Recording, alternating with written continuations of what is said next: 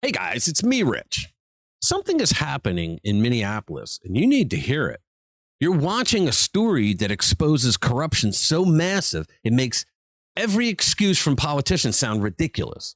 Now, in this video, I'm going to show you how a $250 million fraud ring wrapped itself around Ilhan Omar's political base and why she's melting down over it. But what we're going to go over is even worse than the headlines because this scandal reaches from Minneapolis straight into international terror networks. And Omar's response tells you everything to know about where her loyalty really sits. This gets explosive. You're not going to want to miss it. Let's get into it. Hey guys, welcome back to RPW Media, where nonsense goes to die and facts get the spotlight. All right. Things just keep getting worse for Congresswoman Ilhan Omar, a politician already living at the bottom of the moral food chain. The indictments around her political base are piling up so fast that even fellow Democrats can't spin it into something cute like they always do. And here's the part nobody's saying out loud. The scandal hasn't even reached its peak yet. This isn't a typo in someone's ledger. This is what prosecutors openly call the biggest COVID fraud scheme in American history. And once you hear what Omar said about it, the panic behind the scenes becomes painfully obvious.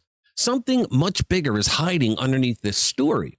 This entire disaster comes out of Minneapolis, the same community that built Omar's political career. More than 70 people have been arrested so far. The total theft, $250 million. Money intended to feed children during the pandemic instead fed criminals who treated the federal treasury like their private ATM machine. The hub of this operation was an outfit called Feeding Our Future. And at the center was a restaurant called Safari, which, as it turns out, wasn't much of a restaurant at all. Safari claimed it served 5,000 meals a day to children, 7 days a week. Meanwhile, they spent about $2,000 on real food. Anyone with a functioning calculator can see what happened here. But then it got even darker. Federal counterterrorism officials now say some of those stolen Minnesota welfare dollars made their way straight to al-Shabaab, the al-Qaeda affiliate in Somalia. Now, the money moved through the same remittance channels used by the Somali community to send funds back home.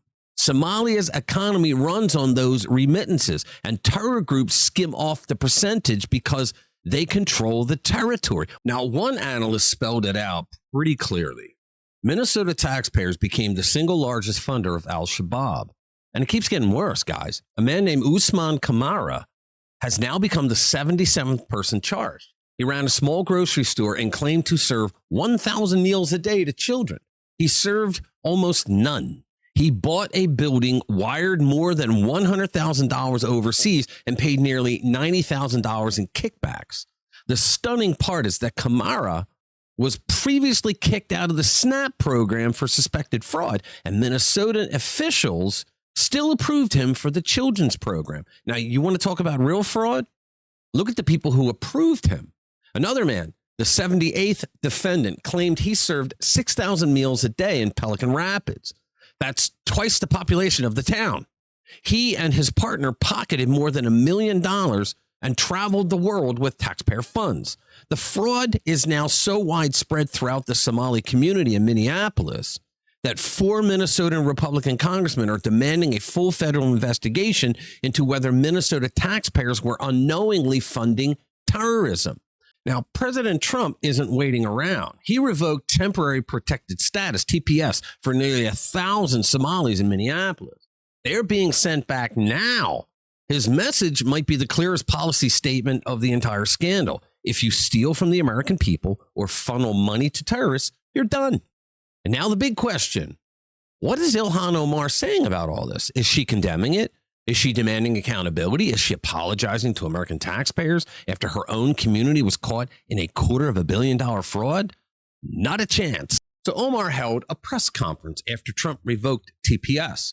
And her statement was exactly what you'd expect from someone more interested in protecting a political tribe than American citizens who pay taxes. Here's what she said. And that you don't put that crime on a whole community.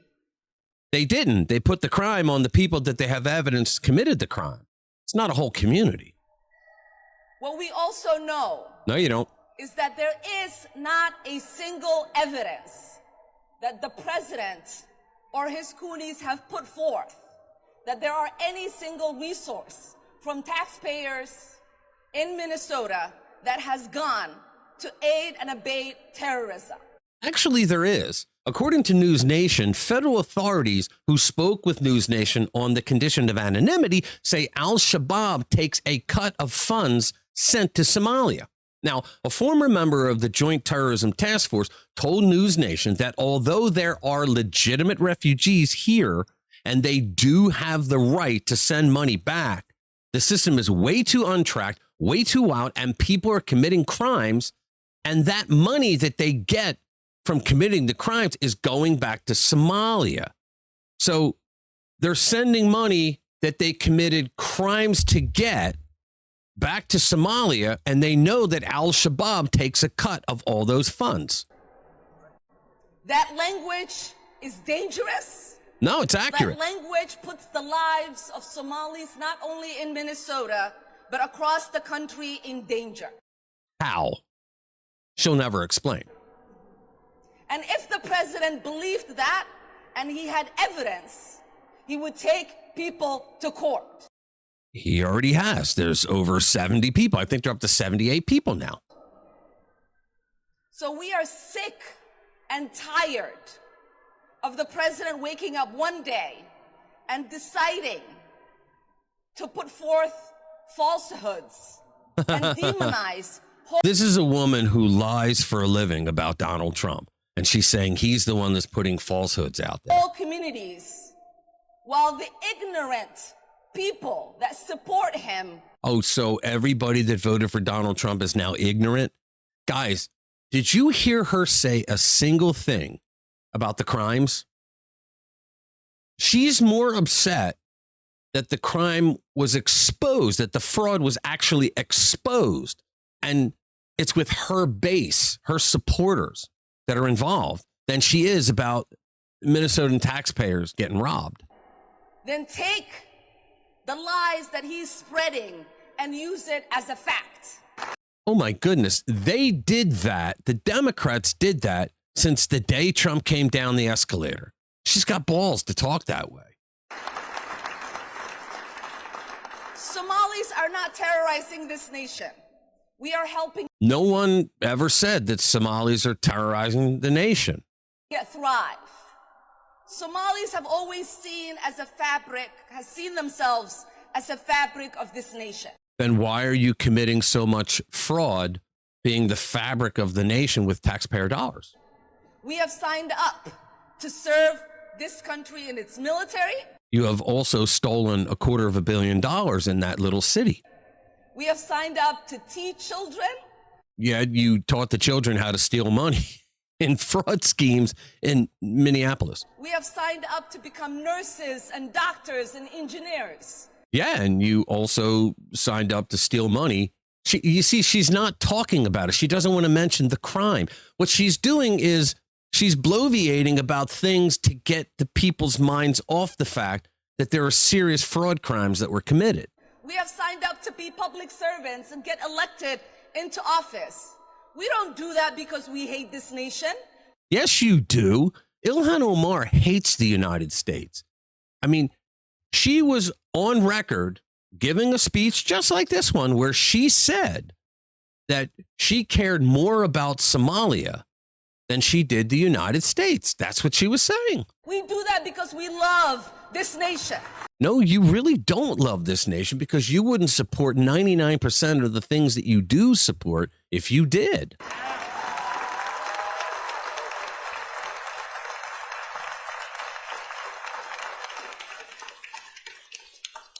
We do that because we have deep gratitude. There's no gratitude for this nation coming from you. To the Americans who have given us the opportunity to find a new home. Yeah, they actually accepted you as a refugee with your family. But a lot of people don't know this, that they had to flee. Her family had to flee Somalia because the people there overtook in a revolution the Marxist leaders, the communist leaders, and her family were the communist leaders. They were a part of it. So they had to flee for their lives from people who didn't want to live under communism anymore. But we let them come in with arms open, and then she goes around trashing our country every chance she has. So there it is. Ilhan Omar thinks the real victims are the Somalis, not the taxpayers, not the children who never received food that they were supposed to receive, not the families learning that their tax dollars funded an al-Qaeda affiliate. She's angrier at the sunlight than she is at the theft. You know, it seems like she is more outraged at the exposure of the fraud than at the fraud itself. I mean, there's another massive scam in Minneapolis involving fake autism treatment centers that stole hundreds of millions more, paying families kickbacks. Ilhan Omar entered this country with Americans with arms wide open. And her worldview today says that America is racist, unfair, evil, unworthy of any loyalty. This is what she espouses. It's taken over the entire Democratic Party. See, here's the thing that progressives today believe. They believe that rich people got rich by stepping on and stealing from poor people years ago, decades ago. How do you steal money from poor people? I thought they don't have money. That's what makes them poor. But that's what they believe. And it's a psychological thing. People think, well, I'm as good as the next guy. Well, why don't I have money? Wow, because your ancestors had your money stolen from you by these rich guys here. That's how they stayed rich. And so they believe this nonsense, this garbage, this kindergarten stuff. And then they go on to think that, okay, so then the progressive job today is to steal it back for them. And they do it through the laws, or they do it through fraud scams. That's what we're looking at right now. Now, that's tribal politics replacing national loyalty. You know, Trump made it very clear that that era ends with him. America first is the future. Nationalism, love of country. If you don't love the country and you're a refugee from a foreign country, get the hell out. And if Ilhan Omar can't handle that, maybe she needs to start thinking about representing another country. At the end of the day, this scandal exposes the rotten core of the way these progressives think. $250 million meant for hungry children vanished into fraud, luxury, and terrorism. Omar's outrage isn't about the theft. Think about that. She never once mentioned the theft. It's about being caught. So what she does is she has to project things onto everybody else, mostly Trump. You know, forget about the fact that my people got involved in a really bad fraud and screwed a lot of Minnesotans. No. It's Donald Trump who's putting this on all of us. That's what she did. You saw it. But the upside is clear. Americans are waking up to this kind of garbage. Accountability is coming. And the America First movement is now getting stronger than ever. All right. Thanks for watching. I'll see you in the next one.